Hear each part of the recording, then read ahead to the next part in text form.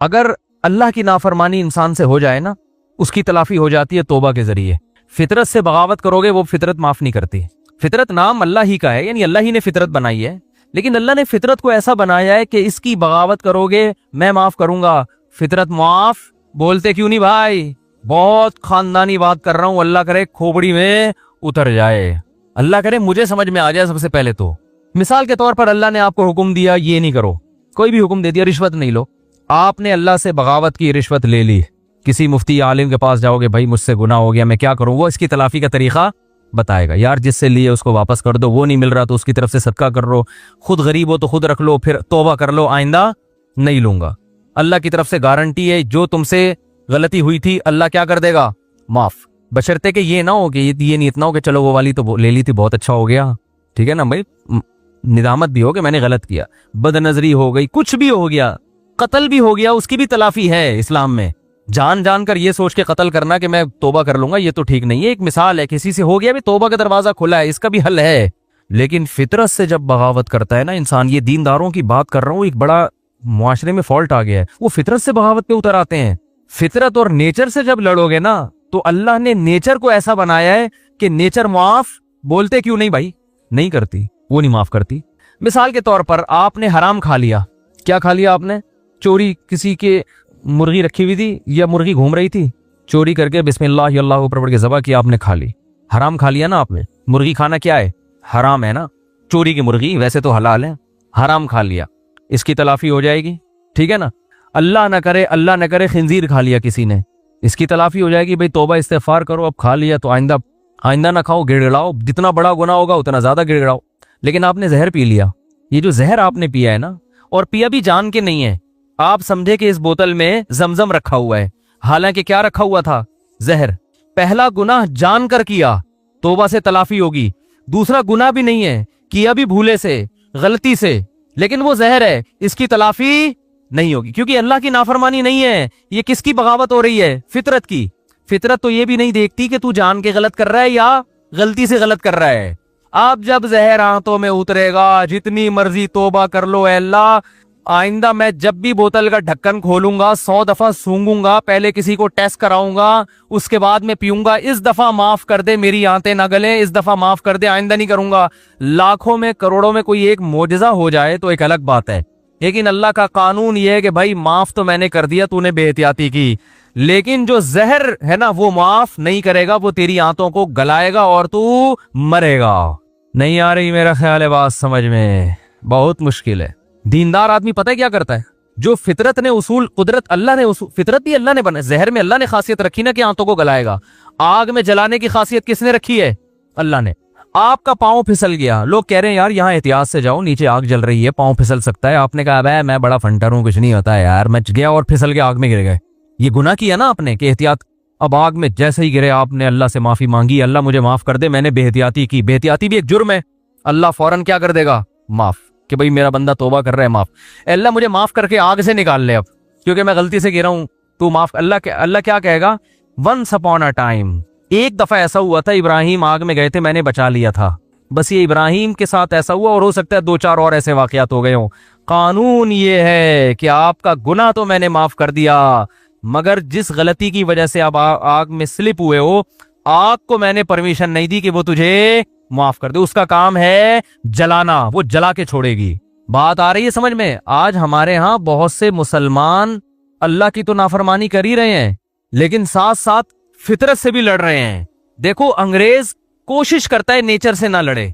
क्या मतलब? कामयाबी के जो दुनियावी असबाब है ना, वो इख्तियार करता है। वो तभी कामयाबी, जो दुनिया के लिहाज से जिसको वो कामयाबी समझते हैं, वो कामयाब होते चले जा रहे हैं, क्योंकि अल्लाह का कानून है कि भाई कोई काफिर भी अगर असबाब इख्तियार करेगा ना, जिस चीज का जो सबब मैंने रखा है। देखो, इसकी एक मिसाल देता हूं। आप बेहतियाती कर रहे हो, आप भी आग में गिर गए और काफिर भी गिर गया बेहतियाती से, तो आग ये नहीं देखेगी कि ये चूंकि कलमा पढ़ने वाले, इसको बचा लो, वो काफिर है उसको क्या कर दो? जला लो। ये आग ये नहीं देखेगी। इसी तरह आप मुसलमान थे, आपने बेहतियाती की और काफिर ने उस रास्ते को इख्तियार नहीं किया, तो अब आग ये नहीं देखेगी कि वो काफिर है तो एहतियात कर रहा है, फिर भी जलाओ उसको। ना ना ना ना ना, बल्कि आग उसको उस तक नहीं पहुंचेगी, आग वो बच जाएगा। दुनिया की आग की बात कर रहा हूं। तो दुनिया में अल्लाह ताला ने कामयाबी और नाकामी को किसके साथ जोड़ दिया है? असबाब के साथ। जो जिस चीज का सबब है ना, वहां तक पहुंचने के लिए वो सबब आपको इख्तियार करना पड़ेगा। उस सबब को इख्तियार किए बगैर वजीफे, दुआएं और आशीर्वाद ले लेना, किसी से जाके सर पे हाथ फेर देंगे हजरत जी तो मेरी शादी हो जाएगी, नहीं होगी शादी आपकी। क्योंकि सबसे बड़ा मसला आजकल यही बना हुआ है ना, तो इसलिए मिसाल जहन में आ जाती है। आज एक साहब आए मेरे पास मिलने के लिए, मुफ्ती साहब मैं 40 साल का हो गया, मेरी शादी नहीं हो रही। मैंने कहा क्यों नहीं हो रही? कह रहे हैं यार मैं पता नहीं, मेरा माइंड ही इसके लिए तैयार नहीं होता, तो मेरे लिए दुआ कर दें कि मेरी शादी हो जाए। मैंने कहा तू कर ही नहीं रही, कर ही नहीं रहा, तो मैं ये दुआ कर देता हूँ आपका माइंड बन जाए। तो मैंने कहा बनाने की कोशिश करोगे तो बनेगा ना। तो बहुत बड़ा मसला हमारे साथ ये है कि सेहत के मामले में भी, पढ़ाई के मामले में भी, और बिजनेस के मामलात में भी, दीन के मामलात में भी। दीन में भी तो ये है ना कि जन्नत के असबाब इख्तियार करोगे तो कहां जाओगे? जन्नत में। तो उसमें भी जन्नत के असबाब भी इख्तियार करने के लिए तैयार बोलो नहीं है। जन्नत के असबाब है गुनाह छोड़ो, गुनाह नहीं छोड़ते। और पता नहीं ईरान तुरान क्या कुछ कर लेंगे, वजीफे पढ़ लेंगे, 5 लाख दफा आयतल करीमा पढ़ ली, फलाने पढ़ ली, ये कर लिया, वो कर लिया, और फला को खाना खिला दिया। भाई जन्नत में जाने का सबसे पहला सबब क्या है? कि जिस चीज को अल्लाह ने हराम कह दिया उससे आपको बचना है, गुनाह छोड़ना जरूरी है। अपने अकीदे को तौहीद के बगैर जन्नत में नहीं जा सकते, कितने अच्छे बन जाओ, शिर्क पर अगर है। देखो जैसे दुनिया का के असबाब होते हैं ना, कि जब तक मेहनत नहीं करोगे, सेहत की कोशिश नहीं करोगे तो सेहत बनती नहीं है। ये थोड़ी कि अटरम पटरम जो मर्जी खाते रहो और आप फिर भी सेहतमंद, ऐसा नहीं होता। ये जो लोग कहते हैं ना फला सब कुछ खा जाता है फिर भी ठीक है, ऐसा नहीं है। एक वक्त उसको भी ब्रेक लगानी पड़ती है, उसको रोकना पड़ता है अपने आप को। और जो फिर भी कुछ नहीं हो रहा है, इसका मतलब एक ही दफा में होने वाला है, इसको एक ही दफा में फट जाएगा बैठा बैठा। क्योंकि जो कुछ होता रहे ना, तो इंसान फिर भी थोड़ा सा एहतियात से चलता है। इसका मतलब एक ही दफा में इसका कुछ होने वाला है, टाइट तरीके से धमाके के साथ फटेगा। ग्रेनेड एक ही दफा फटता है और कलाशनकोव से गोलियां मुसलसल चलती रहती हैं, ठीक है ना। ग्रेनेड क्या होता है? एक ही दफा फटता है, बस वो दोबारा चलने के काबिल नहीं रहता। तो आखिरत में जाने का सबब भी है, तो वो सबब इख्तियार किए बगैर, हम अंग्रेज को कहते हैं ना दुनिया में कामयाब है मगर आखिरत में नहीं है। क्यों नहीं भाई? तुम आखिरत का सबब इख्तियार करते ही नहीं हो। आखिरत में जाने के असबाब क्या है? अकीदा तौहीद है, रिसालत है। फिर जो अल्लाह ने जिसको हलाल किया उसको हलाल समझो, जिसको हराम कहा उसको हराम समझो। फिर लोग हमसे लड़ते हैं कि ये साइंसदान क्यों जन्नत में नहीं जाएंगे, इन्होंने तो इतने नेक काम किए। ओ भाई जन्नत में जाने के लिए थोड़ी किए इन्होंने, दुनिया के लिए किए हैं। तो दुनिया आज इन लोगों को बड़े अच्छे अलकाब से याद रखती है, यार इसने बल्ब ईजाद किया। अब बल्ब के रिश्तेदारों को गालियां देना अलग बात है, लेकिन बल्ब बनाने वाले को गालियां कोई भी नहीं देता। पाकिस्तानी कौम बल्ब के रिश्तेदारों को गालियां देती है, लेकिन बल्ब बनाने वाले को अल्हम्दुलिल्लाह गालियां नहीं देती, और देना भी नहीं चाहिए गालियां। भाई उसने हम पर एहसान किया, बल्ब बनाया, तो एहसान का बदला उसको दुनिया में मिल गया। उसने कौन सा सदक़े जारिया के लिए, आखिरत के लिए बनाया था? तो जो दुनिया में कर रहे हैं दुनिया के लिए कर रहे हैं, आखिरत में कोई हिस्सा नहीं। अल्लाह ने बता दिया तुमने आखिरत के लिए किया ही नहीं है, क्योंकि तुम्हारा तो आखिरत पर ईमान ही नहीं है। तो इसलिए बात खूब याद रखो, सेहत का मसला हो, घर में बच्चों की तरबियत का मसला हो, पैसे कमाने का मसला हो, सही है ना, जब तक मेहनत नहीं करोगे, कानून अल्लाह का ये है कि कख भी हाथ में नहीं आएगा, कख भी नहीं आएगा। कल रात मैं मिसालें इसलिए देता हूं थोड़ी सी इबरत के लिए। कल हमारी एक जगह दावत थी, बहुत ही अच्छे लोग थे, वो दावत ठुकराई नहीं जा सकती थी। खाना खाया हमने 11 बजे रात, और वो इन्होंने इतना कुछ बनाया हुआ था, वो भी बाकायदा ऑर्डर पे खाया हमने। अभी मैं क्या, बस वो सुन नहीं रहोगे ना भैया, खाया। अब 11 बजे जब आप खा के सोओगे तो आपकी सेहत ठीक हो सकती है। फिर आप कहो चूंकि मैं मुफ्ती साहब हूं और लोग कहते हैं आलिम है, लोगों के ख्याल में कोई नेक आदमी है। असल तो अल्लाह ही जानता है कौन नेक है, कौन बुजुर्ग है, कौन आलिम है, लेकिन लोगों का एक अच्छा गुमान अगर फर्ज कर लें तो चूंकि हमने 11 बजे कोफ्ते खाए हैं, कोफ्ते बनाए हुए थे बड़े खानदानी किस्म के, फोड़ दिए हमने, तबीयत से फोड़े।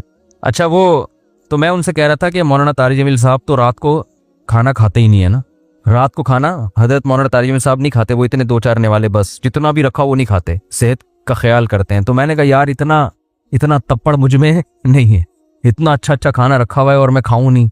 तो वो कहने लगे, मैंने कहा हमने उसका एक ऑल्टरनेट तलाश किया हुआ है, खाएंगे तबीयत से। तो हमने फोड़ा, अब जब फोड़ा है तो जाहिर है उस फोड़े हुए को निकालना भी तो है ना कहीं। तो उसका हल फिर हम, मेरे साथ एक हमारे दोस्त थे, वो काफी वजनी है। मैंने कहा बेटा मैं तो नहीं सो सकता ऐसे, मैं तो नहीं सो सकता, ये तो खुदकुशी है। तो मैंने कहा जब तक ये जितनी कैलोरीज जमा हुई है ना ये बर्न नहीं होंगी ना, मैं नहीं सोऊंगा। उन्होंने कहा कैसे बर्न कर? मैंने कहा पैदल निकलो। तो हम फिर निकल लिए पैदल, ठीक ठाक वॉक की। फिर हमारे एक दोस्त का जिम है, यहाँ चला गया। फिर वो जो मशीन होती है ना भागने वाली, उस पर भागा। मैंने देखा मैंने उससे पूछा यार आधा किलो कढ़ाई में कितनी कैलोरीज, मैंने आधा किलो कढ़ाई नहीं खाई लेकिन उससे वैसे ही पूछा है कितनी कैलोरीज होती हैं? उसने कहा कि पता नहीं 100 होती हैं। तो मैंने कहा जब तक 100 यहाँ वो मशीन में लिखा हुआ था ना, इतना उस पे मैं चला हूं और तेज तेज वॉक की है कि जब वो आए ना कि 100 कैलोरीज आपकी बर्न हो गई हैं, फिर हम मशीन से उतरे। हमने कहा अब हमारे लिए सोना क्या हो गया है? बोलो ना भाई, हलाल। ये इतने नेक हम भी नहीं है कि इतना सेहत का ख्याल रखें। वंस अपॉन अ टाइम एक वाकया अच्छा आ गया, हमने कहा पार्सल कर दो। ये करना पड़ेगा आपके बाप को भी, वरना तोंद निकलेगी, वरना अजीब से हो जाओगे। जिंदगी से बहारें और खुशियां क्या हो जाएंगी? खत्म। वो कढ़ाइयां जो आप खा रहे, कोफ्ते जो खा रहे हो ना, आहिस्ता आहिस्ता जाके मुख्तलिफ जगहों पे से निकलना शुरू होंगे। कभी कोफ्ता यहां से निकलेगा, डॉक्टर कहेंगे इनकी रसोली निकल आई। वो रसोली नहीं है, वो जो कोफ्ते आपने खाए हैं उनमें सिर्फ एक कोफ्ता निकला है अभी तो बाकी क्या है? बाकी है। तो मुख्तलिफ, अभी तो थोड़े दिनों में आप खुद कोफ्ता बन जाओगे। और फिर क्या करते हैं? सेहत ठीक नहीं है, घुटनों में दर्द, यूरिक एसिड बढ़ा हुआ है, ये हुआ हुआ है। फिर आते हैं कि जी वो मुफ्ती साहब कोई वजीफा बता दें कि फलाने बुजुर्ग के पास चले जाऊं। फिर वो फलाने आस्ताने पे एक बड़े औलिया अल्लाह बैठते हैं। आदमी है कि लेकिन औलिया अल्लाह, औलिया तो वली की जमा है भाई। वलीउल्लाह होता है, उसको लोग क्या कहते हैं? औलिया उल्लाह बैठते हैं। औलिया उल्लाह तो बहुत सारे होलसेल के हिसाब से कह रहे हैं। वो फलाने आस्ताने में एक औलिया अल्लाह बैठते हैं, वो ऐसा दम करते हैं भाई, उनके पास जाओ, ऐसा तावीज है। अबे तू खा क्या रहा है? तू कमबख्त, तू तावीजों में नहाएगा भी ना, कख भी नहीं होगा। अल्लाह का कानून है भाई, कानून है कि जितना खा रहे हो ना उसका वो यूटिलाइज हो गई तो सेहत सही रहेगी। नहीं हो रहा तो फट जाओगे धमाके के साथ। बच्चों में तो चलो ग्रोथ हो रही होती है ना, अब 40 साल में ग्रोथ थोड़ी होगी आपकी। अब तो फैट बढ़ेगा, अब तो फोड़े फोड़े निकलेंगे, वो कोफ्ते निकलेंगे मुख्तलिफ जगहों से आपके, कोलेस्ट्रॉल बढ़ेगा 10। फिर भी अगर मर जाए आदमी तो फिर अल्लाह ने मार दिया। ऊंट पे बैठे हुए आदमी को भी कुत्ता काट लेता है जब इंसान की लिखी हुई होती है। लेकिन फिर उस बीमारी पर गुनाह नहीं मिलता, बल्कि दर्जात बुलंद होते। हमारे नबी सल्लल्लाहु अलैहि वसल्लम भी बीमार हुआ करते थे, बुखार आया करता था, और आप फरमाते थे बुखार मोमिन के हक में अल्लाह की रहमत। लेकिन आपको ये बुखार माज अल्लाह बदपरहेजी से नहीं आता था।